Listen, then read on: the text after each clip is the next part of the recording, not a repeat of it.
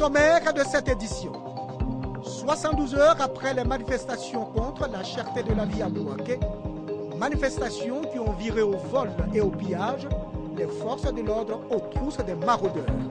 100 personnes arrêtées, des objets volés retrouvés dans les domiciles, dont des coffres-forts. Atelier bilan sur le système intégré de gestion des fonctionnaires et agents de l'État de Côte d'Ivoire. Satisfaction du ministre de la fonction publique et de la modernisation de l'administration ivoirienne. Toujours à Yamoussoukro et cette fois dans le domaine de la santé, le 17e congrès du syndicat national des cadres supérieurs de Côte d'Ivoire s'est tenu dans la capitale politique de la Côte d'Ivoire. Les membres du syndicat national des cadres supérieurs de la santé de Côte d'Ivoire ont porté leurs réflexions sur les accidents du travail et les maladies professionnelles.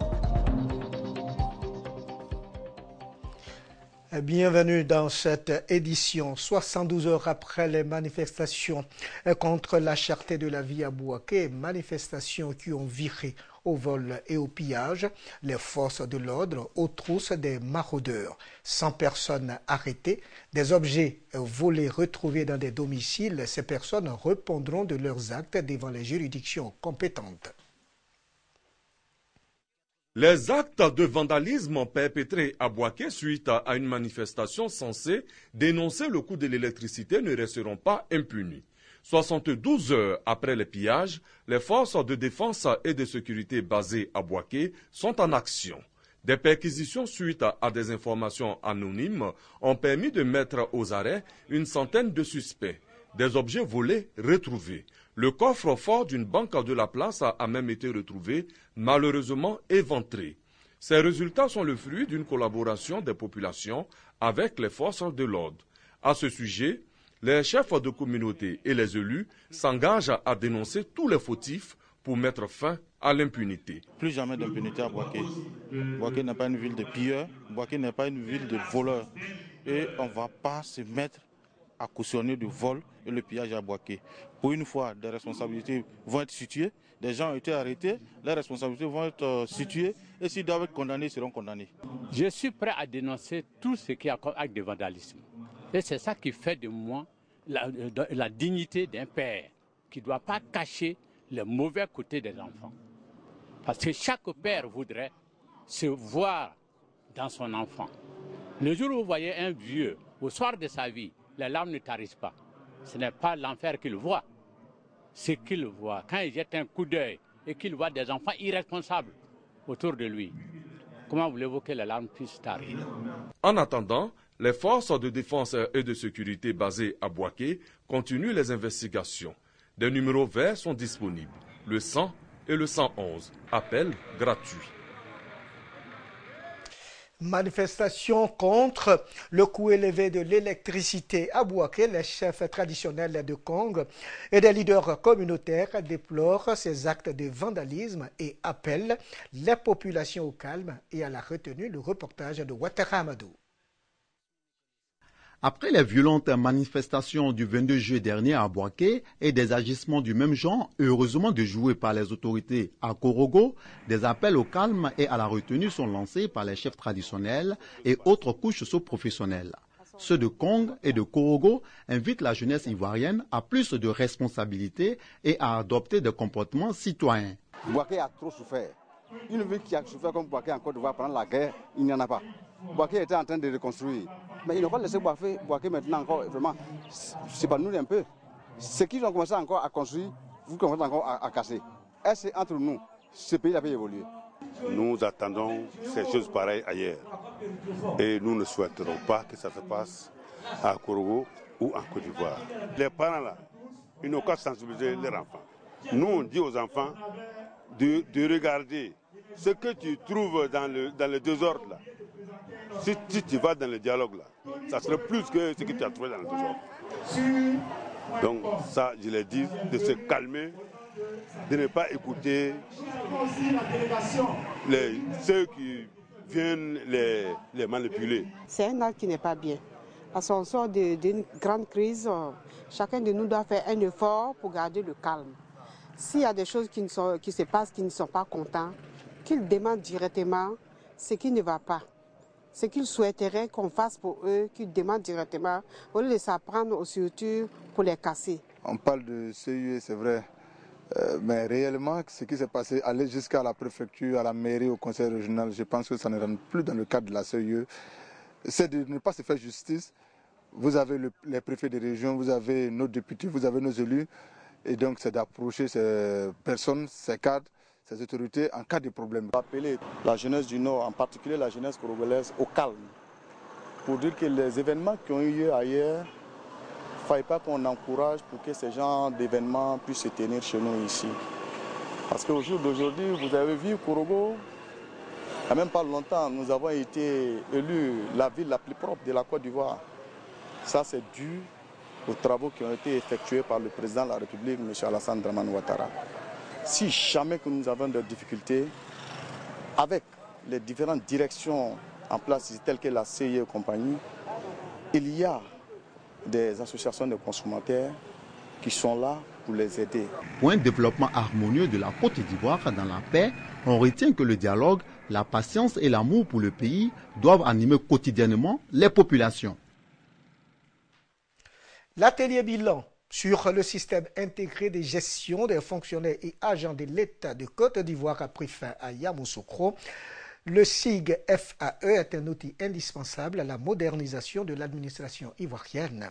Le ministre de la fonction publique et de la modernisation de l'administration, Pascal Kwaku Abinon, a révélé que la Côte d'Ivoire ne compte plus de fonctionnaires fictifs grâce au SIG FAE. Le reportage de Kader Sogodogo. Fini l'atelier bilan sur le système intégré de gestion des fonctionnaires et agents de l'État, SIG-FAE. Après son introduction il y a 3 ans, ce système informatique se voulait un outil qui va permettre de révolutionner la fonction publique qui se verra ainsi débarrassée de nombreux maux, corruption, absentéisme, inefficacité et faible rendement des agents. Après 3 ans d'essai du SIG-FAE, les choses ont beaucoup changé. Des effectifs bien utilisés pour une masse salariale maîtrisée, la facilité d'accès aux services publics et bien d'autres performances. Un bilan jugé positif avec surtout un prix pour la Côte d'Ivoire. Le prix panafricain du service public dans la catégorie innovation, décerné à Tanger au Maroc par le Centre africain de formation et de recherche administrative pour le développement, CAFRAD. Une autre satisfaction, le SIG-FAE a permis à la Côte d'Ivoire de se débarrasser des fonctionnaires fictifs. Aujourd'hui, je peux l'affirmer qu'on ne peut plus s'introduire dans le fichier de la fonction publique avec le SIG-FAE. À l'époque, les gens se fabriquaient des faux actes, décrets, arrêtés, et puis ils allaient à la solde, se faire des rappels des soldes, des salaires qu'il se fixait. Tout ceci avec le SIG-FAE, ce n'est plus possible. La fonction publique nouvelle est en marche et je félicite mes prédécesseurs. Avec ses atouts, l'atelier de Yamoussoukro a révélé que le SIG-FAE reste perfectible. Ainsi, l'atelier a fait de nombreuses propositions comme renforcer le cadre de collaboration interministérielle en vue de la vulgarisation des TIC sur toute l'étendue du territoire. Prise en charge sanitaire des personnes économiquement faibles, 130 personnes souffrant de la hernie inguinale opérées grâce à la mairie de Korogo avec l'appui financier de la LONASI. C'était en présence de Kader Sogodogo. La hernie inguinale est une grosseur survenant lorsque l'intestin sort de son emplacement habituel par un orifice de l'abdomen. Elle peut être présente à la naissance. Elle peut aussi se développer chez l'adulte, notamment chez les hommes suite à des efforts répétés ou certaines affections. Cette maladie est de plus en plus récurrente dans la cité du Poro. Ainsi, le maire de Korogo, le ministre d'État Amadou Gonkoulibaly, secrétaire général de la présidence de la République et son conseil municipal ont pu obtenir le soutien financier de la LONASI en 2015 pour opérer 110 personnes. Cette année, ce sont 130 malades qui sont opérés gratuitement. Je précise que c'est une opération qui est gratuite, altament gratuite, y compris les médicaments post-opératoires. Donc, dans le cadre du roulement de l'opération, on demande à la population d'être disciplinée. L'équipe chirurgicale devait pouvoir prendre au moins entre 30 et 40 personnes par jour.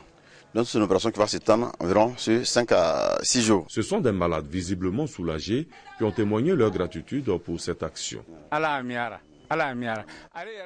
Merci au ministre d'État Amadou Bon Coulibaly. Il m'a fait partir à la Mecque et aujourd'hui, il me débarrasse de cette vilaine maladie. Que Dieu veille sur lui.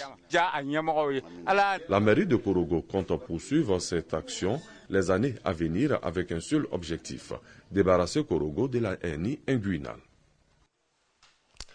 Enseignement post-universitaire du SINACASI, c'est pour renforcer les capacités de ses membres. Le 17e congrès du SINACASI qui vient de s'achever à Yamoussoukro porte sur les accidents du travail et les maladies professionnelles. 3 jours durant, les cadres supérieurs de la santé ont planché sur la nature et les conditions de prise en charge des accidentés du travail et des maladies professionnelles. Des précisions avec notre reporter Léon Broucouamer. Médecins et autres cadres supérieurs de la santé hors des hôpitaux et laboratoires d'analyse, le temps d'un recyclage sur les accidents de travail et les maladies professionnelles. Le premier cas provoque au monde 321 000 décès par an, contre plus de 2 millions pour le second cas selon le BIT. Un tableau aussi sombre pour la Côte d'Ivoire, révèle le SINACASI. Il y a un peu plus de 800 000 travailleurs qui contactent la maladie sur le lieu de travail. Il est bon qu'on organise leur prise en charge. Cet enseignement post-universitaire va nous permettre d'informer la population et en même temps, nous aussi, les professionnels, qu'on soit aguerris pour les soigner. Venu édifier ses pairs professionnels de la santé, le professeur Jean-Sylvain Bonny définit la maladie professionnelle comme la pathologie contractée par le travailleur dans l'exercice de ses activités et de préciser que pour l'éviter, l'employeur et l'employé doivent de concert surveiller les lieux de travail, le travailleur et prendre en charge la pathologie. L'expert explique la récurrence des cas.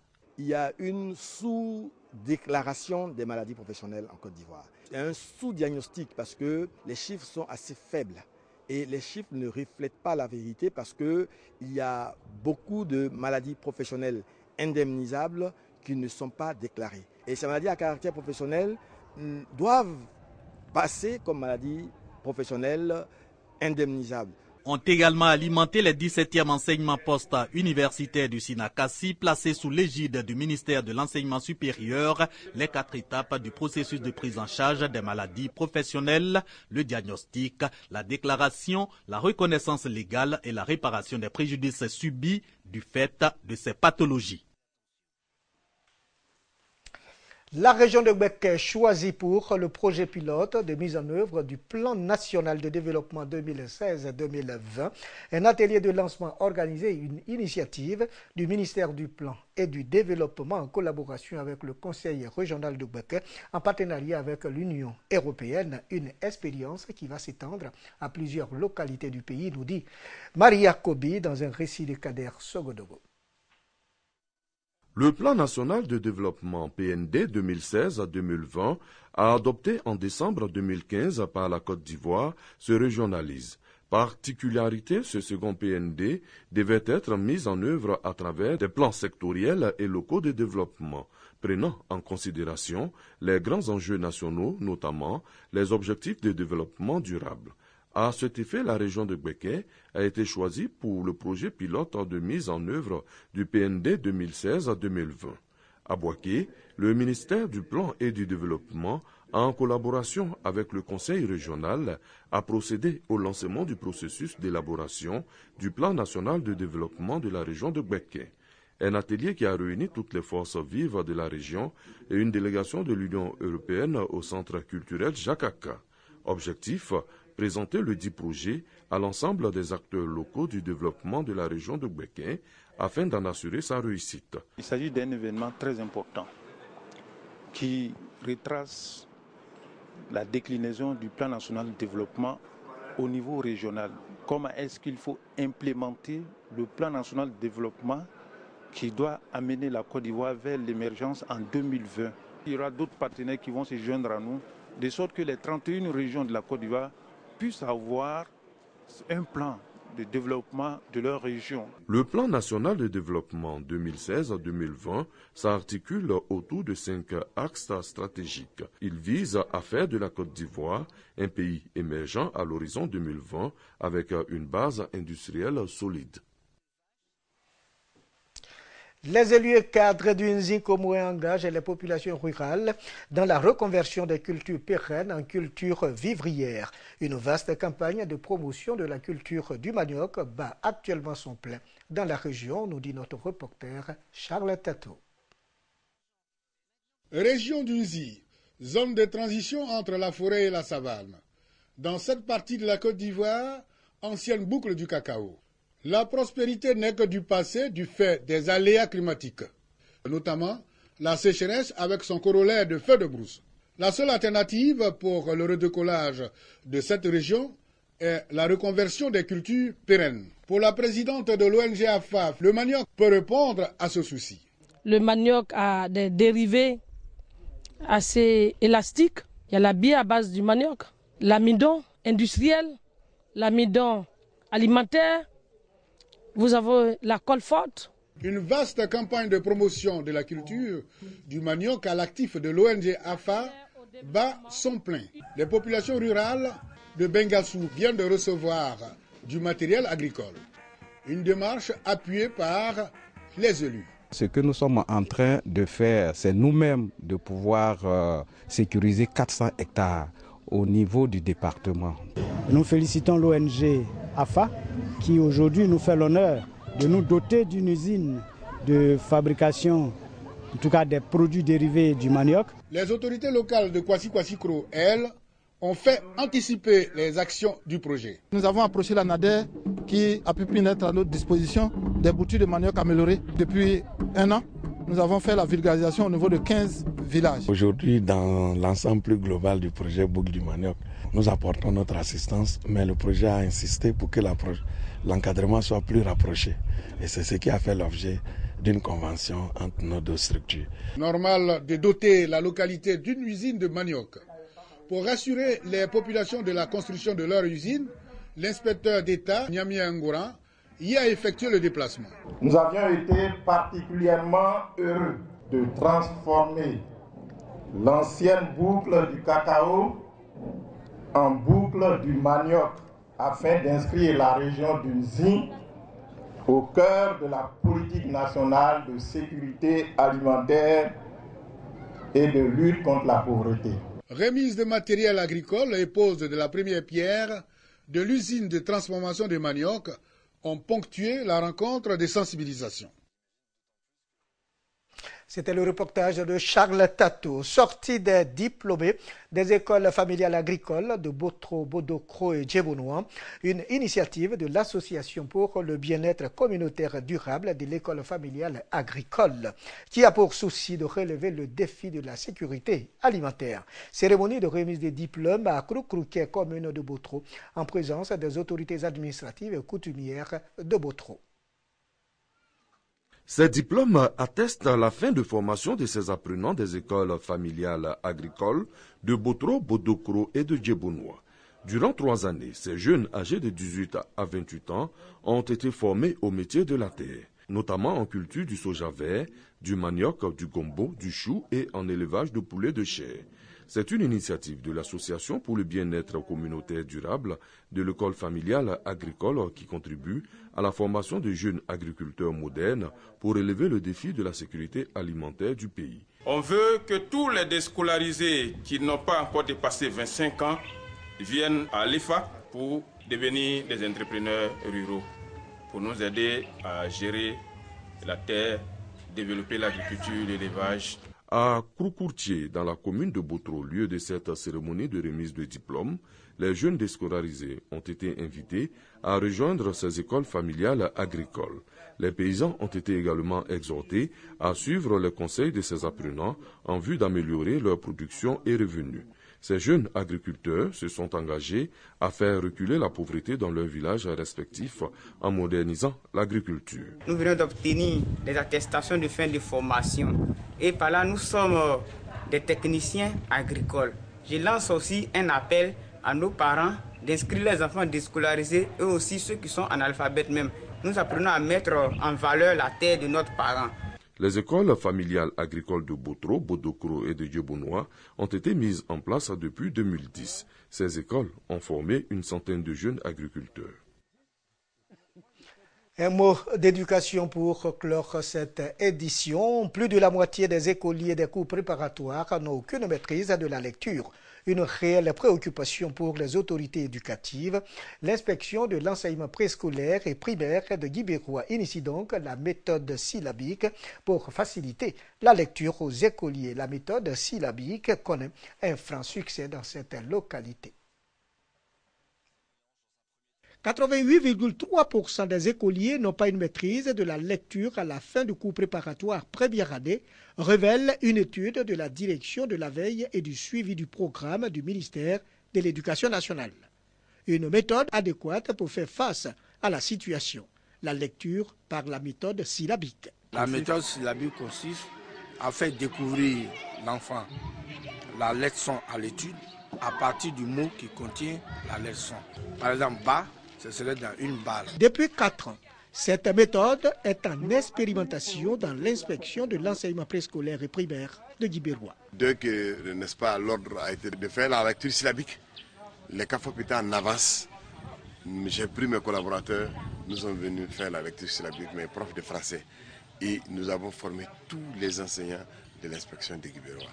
La méthode a été un atout majeur dans la réussite au CEPE des écoliers de Galibré, d'Inago et Guibérois. Les 3 circonscriptions de l'IEP avec un taux de réussite de 87,60%. L'inspection a donc tenu à féliciter tous les acteurs de ce succès à travers la remise des diplômes de reconnaissance et du mérite. Les autorités administratives et politiques ont salué les efforts consentis au niveau de l'éducation nationale dans la localité. Des efforts qui donnent un nouveau dynamisme au système éducatif ivoirien. C'est la fin de cette édition. L'information revient mardi prochain. À très bientôt.